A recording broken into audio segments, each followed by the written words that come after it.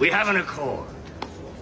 This is a 2007 Honda Accord Estate, a 2.2 litre diesel. This vehicle is designed to give everyday people luxury and dependability at the same time. It has powerful mirrors, a built-in subwoofer, that's right, a subwoofer, for when you want everybody in a 5-mile radius to hear what you're listening to. This particular one has a Bluetooth adapter built in, so you can take advantage of that great subwoofer using your own playlists from your phone. It has a sat-nav, it has touchscreen, dual zone climate control, so your partner doesn't keep complaining about how cold they are whilst you melt into the fabric of the seat itself. It's very comfortable, extendable armrests, and two 12-volt sockets, one up front and one in the boot. Electric windows all around, a 6-speed manual gearbox, and enough boot space to hide every single one of my regrets with room left over. But that's not the best part. For the best part, you have to come to the back. One of the coolest things about the Accord is that it has an electric boot. There we go. Look how cool that is. And then you get here and you have a massive amount of space. You could very comfortably fit 5-6 suitcases in there. If you flick this lever, the headrests go down by themselves, and then you can lie this entire back row down completely flat out of the way. So you could very easily do like a kind of Top Gear Africa Special camper van build in the back of here. A slot for a first aid kit.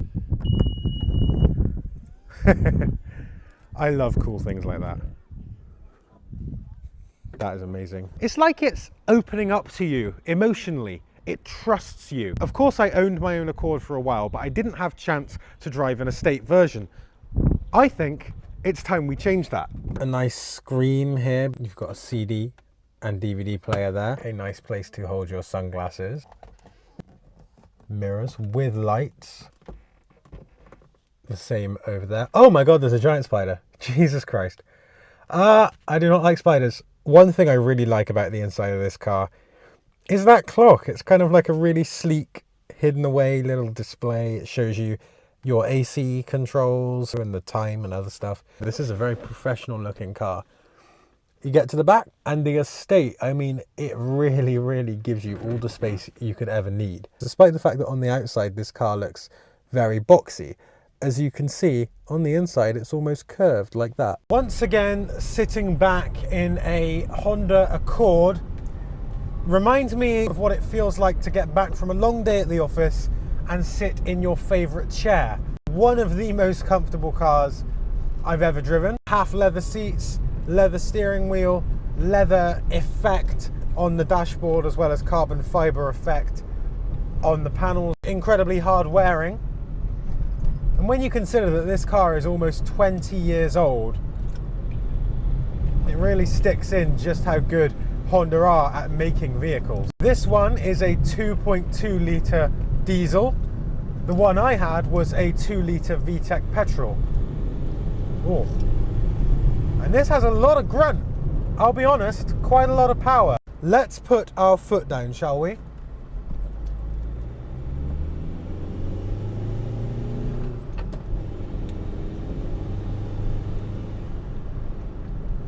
There's a deep, semi-distant grumble that lets you know about the application of the power, but it's not overbearing. The size of the car is masked very well by the handling characteristics. In fact, that's why I chose an Accord myself, because it's not only reliable, like a Toyota, but enjoyable to drive. And I can confirm that that is the same even for the diesel version. It feels rigid and solid.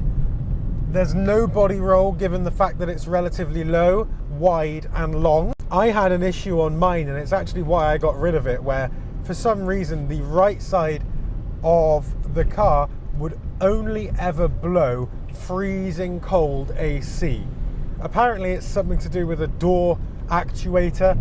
I did look into trying to fix it, but it proved to be too difficult, and so I sold it and replaced it with a Robin. However, if my Accord had been in a state like this, without that issue, there's no reason why I wouldn't have it for the next 10 years of my life. The dials are all easy to read, the kind of vehicle that I could while away dozens and dozens of motorway miles in without feeling tired at the end of it. And despite the long length, the turning circle isn't so bad. I'm very sorry to interrupt the video, but I just wanted to say that if you're enjoying yourself, please consider hitting the subscribe button. Thank you. Back to the video. So we've retreated to the interior of a Honda HR-V because it's terrible weather outside all of a sudden. Tell me why you bought the Accord. We needed an estate, and I was looking at a Rover 75, and I absolutely hate Rover 75s. That's controversial. Don't tell my best mate. I've had 5 of them. The last 2 tried to kill me, so I'm like, no, yeah. You've had 5 of them, so I think you're qualified to. Yeah. The last 2 tried to kill me, so I was like, no, I'm not going there again. So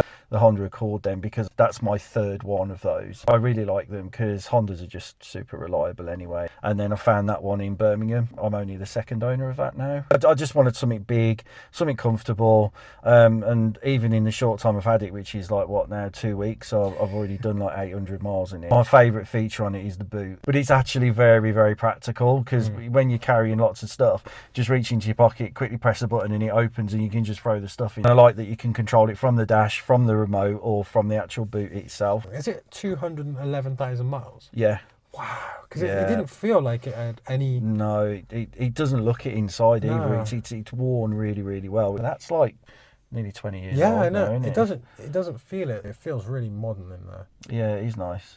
And what do you intend to do with it? Do you intend to just use it for a while and get drive rid of it into the ground? I think it was like 800 quid because I think when it I was first 800 quid. Yeah, I can't believe it. You got it for 800 quid. Yeah, because I'll be honest, I paid twice that for mine. Yeah. And it was a 2004. Yeah. Lower spec. And it's got stacks of history as well. Mine didn't even have any history. Oh right, okay. He saw me coming. And... I think you get lucky sometimes. I think there's lots of... You can buy some real bad cars, and recently I had 1 or 2. I know some people say you should never buy a car from Birmingham, you should never buy a car from South Wales, you should never, never buy a car with wheels. Yeah. The seller did a really good walk around video for me, inside, outside, showed me all the history, showed me all the receipts and stuff. He did as much as he could for me that I would have done anyway, aside from a test drive. So I was just like, yeah, fine, I'll take it. And it's been a bit of a trooper actually the last couple of weeks. This, as I said, is a diesel, which means when you put your foot down, it makes a kind of deep,